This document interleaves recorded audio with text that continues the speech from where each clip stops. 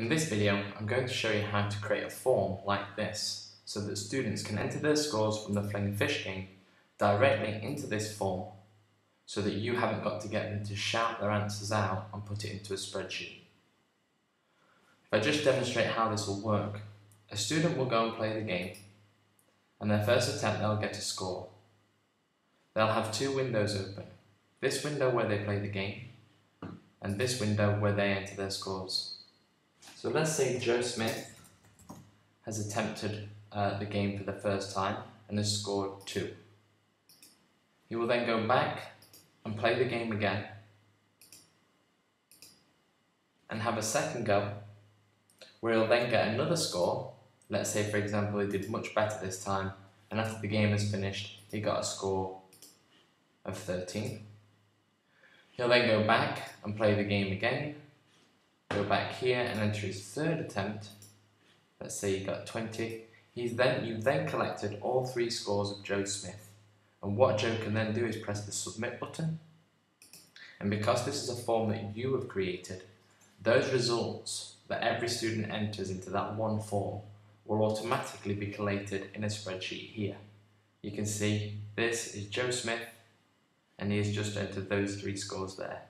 So if you've got 20, 30 students in the class, they can all access the one form and they can all enter their results. So if we just try Jane Joe, this time what she got was 29. She did a little bit better than Joe. 36, 44, and press submit. You can see that Jane Joe's score goes in there as well. So it's automatically collected the data from direct data entry from the form. The students are then submitting that and it's going directly into a spreadsheet that you manage and you control. What you can then do is you can then access this in your Google Drive area, which I'll talk about in just a moment. You can then access this file, you can download it, and you can then put this on a shared area for students to be able to access. So the file's downloading, I can then open this up in Microsoft Excel, I can share it with the students.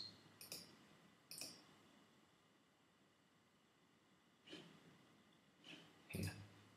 I might want to, for example, delete the timestamp, save it, and then share it with the students. So that's a very quick way of being able to collate all the data for the Fling a Fish game. So, how do I do that? Well, like I said, first of all, you'll need a Google account. So if you haven't already got one, just go and subscribe to Google. It's just a Google email account. Set one up and then you get all these additional features. So you get a YouTube account and you also get Google Drive, which used to be called Google Docs. And on here you can create many different file types. If I go to create, I can create, for example, a word process document, presentation, a spreadsheet, and the one we want is a form. So I would create a form. I would type in all the information that I wanted to type in that appears on the form. So Fling a Fish game. I just get a general overview, general description, sorry, of what I want the students to do. I then write my questions out here. So I would ask them for their name. I obviously want them to write their first and last name. So in here I'd write, oops, first and last name. I want this to be a text question, so the students get a text box that looks like this for them to write their answer. Question 2, edit that. What I want to be able to do here is I want to put a question that says score attempt 1. And what I could do here is I could have this as text as well, but if I do that it doesn't really make the form very valid because a student could write in a silly number. One of the best score that I've ever seen on Fling a Fish is 45, so you don't really want them to be able to enter anything above 45. Also they might type in something silly, so to restrict that you've got question response types, and the one that I chose in the example that I showed you earlier on here is a drop down list where I wrote these numbers in. So again, I could just choose from a list, and then I would write here 0, 1, 2, 3, 4, 5, and just keep going until you've got all of the responses. You might think, oh my gosh, this is going to take a long time because I'm going to do this 3 times. Well, I'll stop at 12. All you need to do then, you need to add another question for a score attempt 2. And all you need to do is just duplicate this question.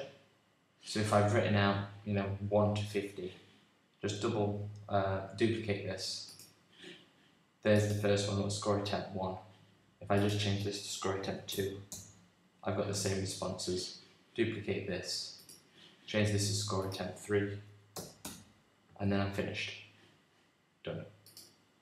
And that's my questionnaire. Now, there's a couple of things you can do. At the minute I've got a plain theme, so the questionnaire will literally look like this. If you want to add, these patterns that I've put on here, you can do that. If you just click on theme, plain, and you can choose from all these different backgrounds that Google allows you to choose from. There's 97 of them all together. So let's say, for example, I wanted this one.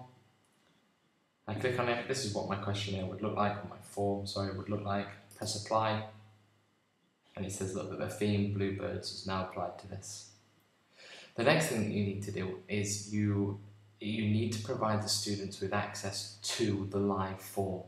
Okay, so they're not going to see this. They're not going to go to this version because this is where you can edit it. They need to go, for example, to this one where they can actually enter the data. And to do that, what you actually need to do is provide them with this URL here. Now that's a very long URL, and so I wouldn't expect students to be able to type that in. So what I tend to do is, if I select this URL, copy it, I've just copied that there, and go to an amazing website called goo.gl. So goo.gl, and this is Google's URL shortener, which basically means you can type into here a very long URL. So I'm going to put here, I'm going to paste the very long URL that I've just copied here. I'm going to press shorten that URL, and it gives me a much shorter URL. What this means is if the students go to this long URL, they'll get my form. If they go to the short URL, they'll get the exact same form. So this URL here, which is very short, is exactly the same as this URL here, which is very long. So I could just give the students this URL. So I would say, okay, students, go to goo.gl/a, 4, O, H, T. I just copy that up and paste it in here. Hit enter. You can see that they go to my form. Yeah. So this is called the Fling a Fish game. If I enter this in now, so I would attempt, I got 5, then I got 2, and then I got 8, press submit. So what do you do now? Well, if you go back to your Google Drive, you can see here, look, that it's created for me this form here. Now, this is basically a spreadsheet that collects the data I've just entered here. So from here, I click on this, and you can see that the data that I've just entered into that form has now appeared in this spreadsheet. So as more students fill in the form, more data comes in. If I ever want to edit the form, because as you can see, when I clicked on this, it didn't take me to the form, it took me to the spreadsheet. If I want to edit the form, I go Form, Edit Form, and I can change the questions if I want to. Okay, so that's how you create a form for students to enter their own scores for the Fling a Fish game.